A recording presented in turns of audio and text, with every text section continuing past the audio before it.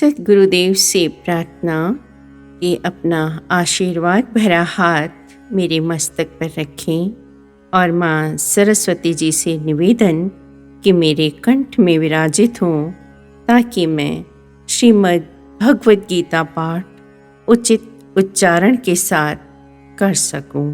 अथ अष्टादशो अध्याय मोक्ष संन्यास योग। भगवान ने गीता 17 अध्यायों में ही समाप्त कर दी थी।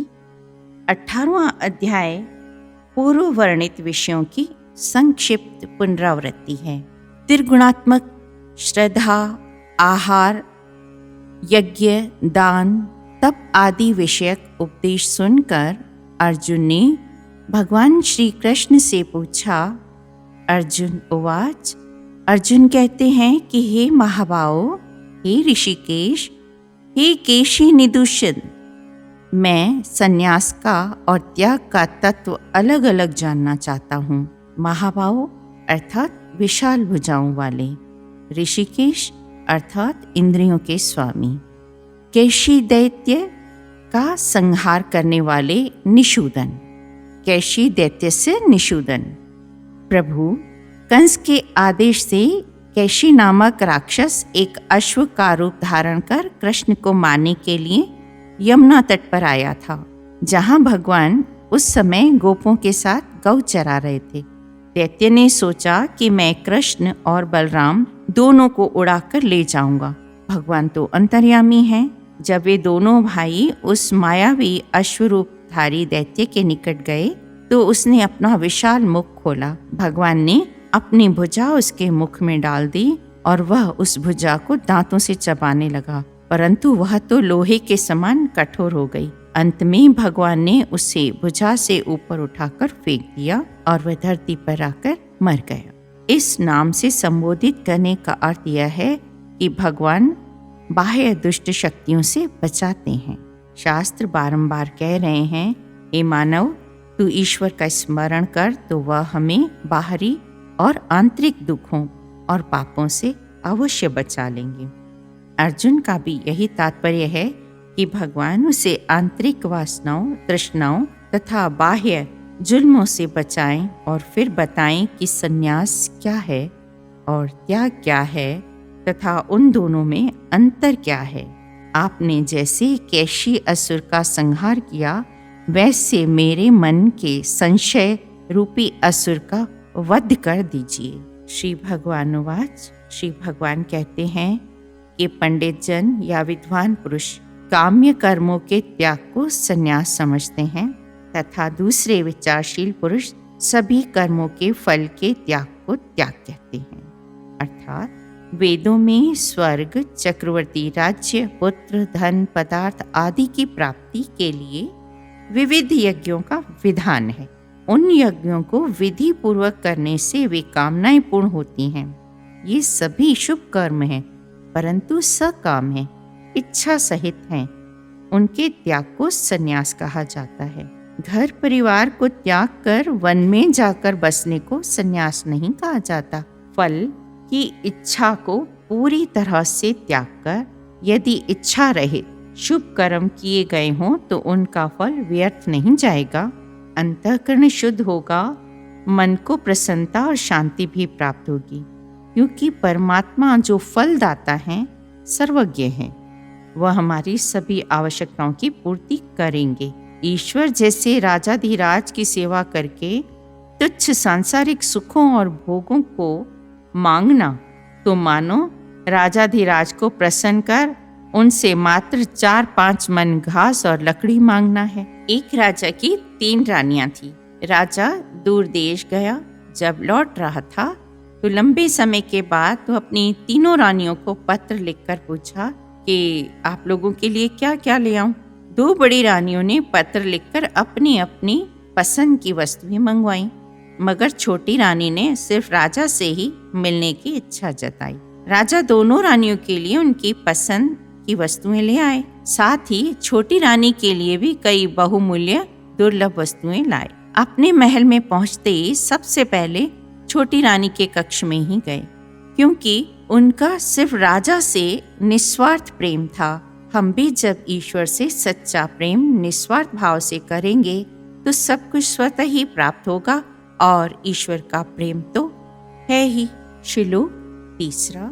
कई एक विद्वान ऐसा कहते हैं कि प्रत्येक कर्म ही दोष युक्त है, इसलिए त्यागने योग्य है, और दूसरे विद्वान यह कहते हैं कि यज्ञ, दान, तप आदि कर्म त्यागने योग्य नहीं है। श्लोक 4। हे भरत श्रेष्ठ, इस त्याग के विषय में मेरा निश्चय सुन। ये त्याग 3 प्रकार का कहा गया है। इसके पूर्व भगवान ने ऋषि मुनियों के मत बताए थे, अब वे इस विषय में अपना निश्चय बता रहे हैं। कर्मों का त्याग माया के गुणानुसार 3 प्रकार का है, सात्विक, राजसिक और तामसिक। कर्म के 3 प्रकार हैं, कर्म, अकर्म और विकर्म। कर्म का अर्थ है वेद अनुसार शुभ कर्म करना, अकर्म का अर्थ है कोई कर्म न करना, और विकर्म का अर्थ है बुरे कर्म, पापमय कर्म करना। वेद कहते हैं, हे मनुष्य, जब तक तेरे शरीर में प्राण है तब तक शुभ कर्म धर्मानुसार करता चल, सदा सत्य बोल। वेद स्पष्ट रूप से कहते हैं कि मांस न खाओ, मद्यपान न करो, चोरी मत करो, असत्य मत बोलो, जुल्म और हिंसा मत करो। ऐसे विकर्मों का त्याग आवश्यक है। कर्मों का त्याग कहीं पर भी नहीं लिखा है कि कर्म त्याग दो, शुभ कर्म करते रहने चाहिए। अकर्मी होने का अर्थ है अपने कर्तव्य पालन से च्युत हो जाना। कर्मों के बिना सृष्टि का अस्तित्व ही नहीं रह जाता। पूर्ण ज्ञानी के लिए कुछ भी कर्म न करने पर भी दोष नहीं लगता, किंतु उन्हें भी दूसरों के सम्मुख आदर्श उपस्थित करने के लिए कर्म करने ही पड़ते हैं। वशिष्ठ जैसे पूर्ण ज्ञानी भी नित्य नियमित रूप से संध्या वंदन, हवन, होम, अग्निहोत्र आदि सभी कर्म करते थे। जब उन्होंने भी वेद विहित कर्मों का त्याग नहीं किया तो फिर सामान्य मनुष्य कैसे उन कर्मों का त्याग कर सुखी रह सकते हैं। श्लोक 5। यज्ञ, दान तथा तपस्या रूप कर्म त्याग करने योग्य नहीं है, वे अवश्य करने चाहिए। यज्ञ, दान, तप ये तीनों कर्म ही बुद्धिमान पुरुषों को पवित्र करने वाले हैं। श्लोक 6। हे पार्थ, इन यज्ञ, दान, तप आदि तथा अन्य सभी कर्तव्यों को आसक्ति और फल की कामना को त्याग कर ही करना चाहिए। यह मेरा निश्चित किया हुआ उत्तम मत है। श्लोक 7। निर्धारित कर्मों का स्वरूप से त्याग उचित नहीं। मोह और अज्ञान के वशीभूत होकर उसका त्याग कर देना तामस त्याग कहा गया है।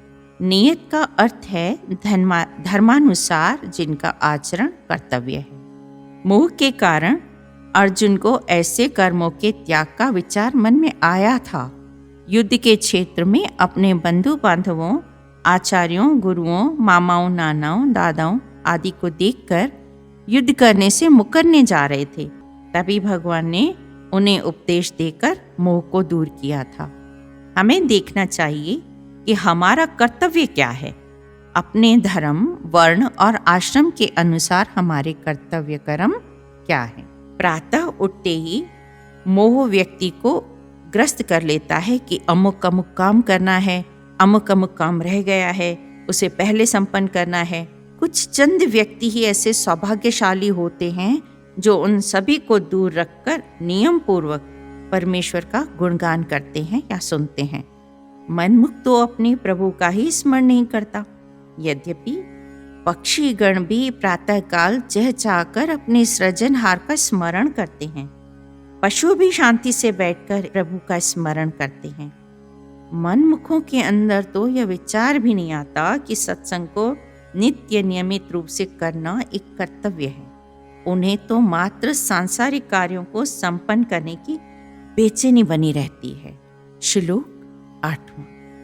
जो शारीरिक कष्टों के भय से कर्मों को दुखरूप ही हैं ऐसा मानकर त्याग देता है, वह राजस त्याग करके त्याग के फल को किसी प्रकार भी प्राप्त नहीं करता। सात्विक त्याग का फल है मोक्ष या जन्म मरण के बंधनों से मुक्ति। वह राजस त्याग से प्राप्त नहीं हो सकती, क्योंकि उसमें त्याग की भावना नहीं होती। उसमें केवल शारीरिक कष्टों से मुक्ति के लिए ही कर्मों का त्याग किया जाता है। प्रत्येक कर्म में शरीर को कुछ न कुछ तो कष्ट उठाना ही पड़ता है, किंतु उस कष्ट का विचार कर सर्दी गर्मी से परेशान होकर जो कर्तव्य कर्म ही नहीं करता वह पथभ्रष्ट है। सत्संग में न जाने के लिए कई बहाने बनाते हैं कि ठंडी है, लू लग रही है, सूर्य बहुत तप रहा है। मन ऐसा आलस्य करे तो उसे दंडित करना चाहिए। कईयों का मत है कि यदि सच्चा प्रेम है तो नियम काहे का, परंतु यह तो अत्यंत उच्च पद है। जो उस पद को प्राप्त हुए हैं वे तो प्रतिक्षण अपनी वृत्ति इष्ट देव में लगाए रखते हैं और पल पल में उसी का ध्यान धरते हैं। उनके लिए कोई दूसरा अनिवार्य नियम हो ही नहीं सकता, क्योंकि वो हर पल ईश्वर को याद करते हैं। श्लोक 9। हे अर्जुन, जो शास्त्र विहित कर्म करना मेरा कर्तव्य है, इस भाव से आसक्ति और फल को त्याग कर किया जाता है, वही सात्विक त्याग माना गया है। वेदों की यही शिक्षा है कि संध्या वंदन, सत्संग, इष्ट देव का ध्यान, उपासना, हवन और यज्ञ, दान, तप, श्राद्ध आदि सभी समय पर अवश्य करने चाहिए। वेद यह भी बताते हैं कि यदि कोई ब्राह्मण, साधु, क्षत्रिय या वैश्य एक दिन तप करना छोड़ देता है और 3 दिन संध्या वंदन नहीं करता तो वह शूद्र हो जाता है। यदि ब्राह्मण 12 दिनों तक अग्निहोत्र नहीं करता तो वह शूद्र माना जाता है। यह भी देखा गया है कि यदि एक दिन के लिए भी किसी नियम का पालन नहीं होता है तो सारे दिन वृत्ति में विकार उत्पन्न होते रहते हैं। तात्पर्य यह है कि शास्त्रों के रचयिता जो हमारे ऋषिगण थे त्रिकालदर्शी थे और उन्होंने सभी कुछ यथार्थ बताया है, यानी कि बिल्कुल सही कहा है। श्लोक 10। जो न तो अकुशल कर्म से द्वेष करता है, न तो कुशल कर्म में आसक्त होता है, ऐसा संशय रहित शुद्ध सत्व गुण से संपन्न पुरुष बुद्धिमान और सच्चा त्यागी है। इस श्लोक में मेधावी शब्द का उपयोग हुआ है, जिसका अर्थ है वही सच्चा मेधावी माना गया है जिसकी बुद्धि ब्रह्माकार हो जाती है। इसलिए वह जो कर्म करेगा वे सभी स्मृतियों और शास्त्रों की आज्ञा अनुसार ही होंगे। ऐसे मेधावी पुरुष का मुख आनंद से महकता रहता है। जैसे धनवान या बुद्धिमान का मस्तक तेजपूर्ण होता है, ऐसे ही मेधावी पुरुषों का मुख आनंद से महकता रहता है। सात्विक त्याग से ही यह अवस्था प्राप्त होती है। वह प्रत्येक दशा में प्रसन्न और आनंदित रहता है। तो कहते हैं ना, पूरे हैं जो मर्द जो हर हाल में खुश हैं, चेहरे पर मलाल न जिगर में असर कम, माथे पर चैन आबरू में न कहीं गम, शिकवा न जुबान पर न कभी चश्म होवे नम, गम में वे भी वही ऐश, अलम में भी वही दम, हर बात हर औकात हर अफाल में खुश हैं, पूरे हैं वो मर्द जो हर हाल में खुश हैं। श्लोक 11। क्योंकि किसी भी शरीरधारी मनुष्य के द्वारा संपूर्णता से सभी कर्मों को त्यागना संभव नहीं है, इसलिए जो मनुष्य कर्म फल का त्यागी है वही त्यागी है, ऐसा कहा जाता है। श्लोक 12, 13, 14, 15, 16 और 17। भगवान कहते हैं कि जो त्यागी नहीं है उसके लिए इच्छित, अनिच्छित तथा मिश्रित ये 3 प्रकार के कर्मफल मृत्यु के बाद मिलते हैं। लेकिन जो सन्यासी हैं उन्हें ऐसे फल का सुख दुख नहीं भोगना पड़ता। ये महाभाव अर्जुन, वेदांत के अनुसार समस्त कर्म की पूर्ति के लिए 5 कारण हैं। अब तुम मुझसे सुनो। कर्म का स्थान शरीर करता है, विभिन्न इंद्रियां, अनेक प्रकार की चेष्टाएं तथा परमात्मा, ये 5 कर्म के कारण हैं। मनुष्य अपने शरीर, मन या वाणी से जो भी सही या अनुचित कर्म करता है वह इन 5 कारणों के फलस्वरूप होता है। अतएव जो इन 5 कारणों को न मानकर अपने आप को ही एकमात्र कर्ता मानता है, वह निश्चय ही बहुत बुद्धिमान नहीं होता और वस्तुओं को सही रूप से नहीं देख सकता। जो मिथ्या अहंकार से प्रेरित नहीं है, जिसकी बुद्धि बंधी हुई नहीं है, वह इस संसार में मनुष्यों को मारता हुआ भी नहीं मारता, न ही वह अपने कर्मों में बंधा हुआ होता है। जैसे कर्म 3 प्रकार के हैं, भले, बुरे और मिश्रित, इस प्रकार फल भी 3 प्रकार का है, जो जीव को मरणोपरांत प्राप्त होता है। परंतु जो इन कर्मों को करते समय न तो इनमें कोई ममता रखते हैं और न तो कर्म फल की कामना, उन्हें इन कर्मों का कोई फल नहीं मिलता, क्योंकि वे कर्म बंधनों से मुक्त हैं और वे जीवन मुक्त के पद को प्राप्त हो चुके हैं। इस श्लोक में भगवान अर्जुन को बताते हैं कि युद्ध न करने की इच्छा अहंकार से उत्पन्न होती है। अर्जुन स्वयं को कर्ता मान बैठे थे, लेकिन उन्होंने अपने भीतर तथा बाहर परमात्मा के निर्देश पर विचार नहीं किया था। यदि कोई यह न जाने कि कोई परम निर्देश भी है, तो वह कर्म क्यों करे? लेकिन जो व्यक्ति कर्म के उपकरणों को अर्थात कर्ता रूप में अपने को तथा परम निर्देशक के रूप में परमेश्वर को मानता है, वह प्रत्येक कार्य को पूर्ण करने में सक्षम है। ऐसा व्यक्ति कभी मोहग्रस्त नहीं होता।